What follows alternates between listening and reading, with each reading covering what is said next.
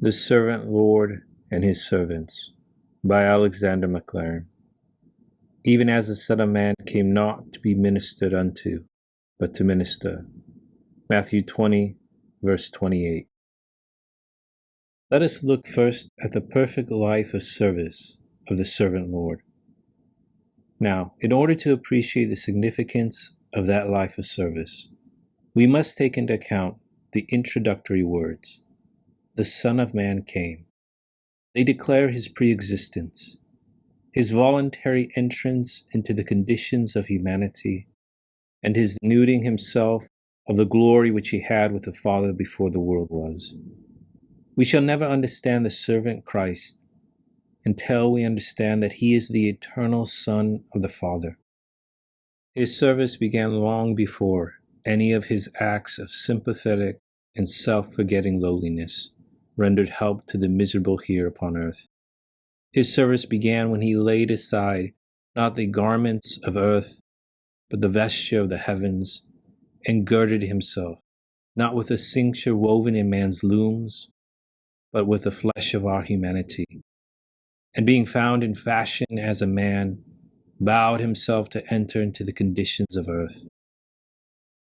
This was the first, the chiefest of all his acts of service, and the sanctity and awfulness of it run through the list of all his deeds, and make them unspeakably great. He was much that his hands should heal, that his lips should comfort, that his heart should bleed with sympathy for sorrow. But oh, it was more than he had hands to touch, lips to speak to human hearts, and the heart of a man and a brother to feel with as well as for us. The Son of Man came. There is the transcendent example of the true use of greatness. There is the conspicuous instance of the true basis of authority and rule. For it was because he was found in fashion as a man that he has won a name that is above every name, and that there have accrued to him the many crowns which he wears at the Father's side.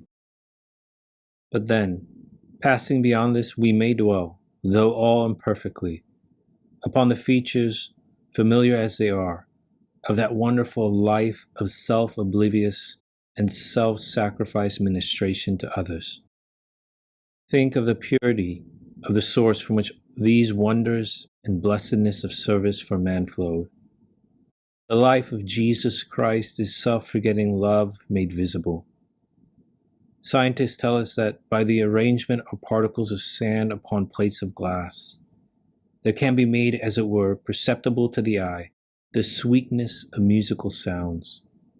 And each note, when struck, will fling the particles into varying forms of beauty. The life of Jesus Christ presents in shapes of loveliness and symmetry the else invisible music of a divine love. He lets us see the rhythm of the Father's heart. The source from which his ministrations have flowed is the pure source of a perfect love. Ancient legends consolidated the sunbeams into the bright figure of the far-darting God of light. And so the sunbeams of divine love have, as it were, drawn themselves together and shaped themselves into the human form of the Son of Man, who came not to be ministered unto, but to minister. No taint of by-ends was in that service, no sidelong glances at possible advantages of influence or reputation or the like, which so often deform men's philanthropies and services to one another. No more than the sunbeam shines for the sake of collateral issues which may benefit itself, did Jesus Christ seek his own advantage in ministering to men. There was no speck of black in that lustrous white robe, but all was perfectly unselfish love. Like the clear sea, weedless and stainless, that laves the marble steps of the palaces of Venice, the deep ocean of Christ's service to man was pure to the depths throughout.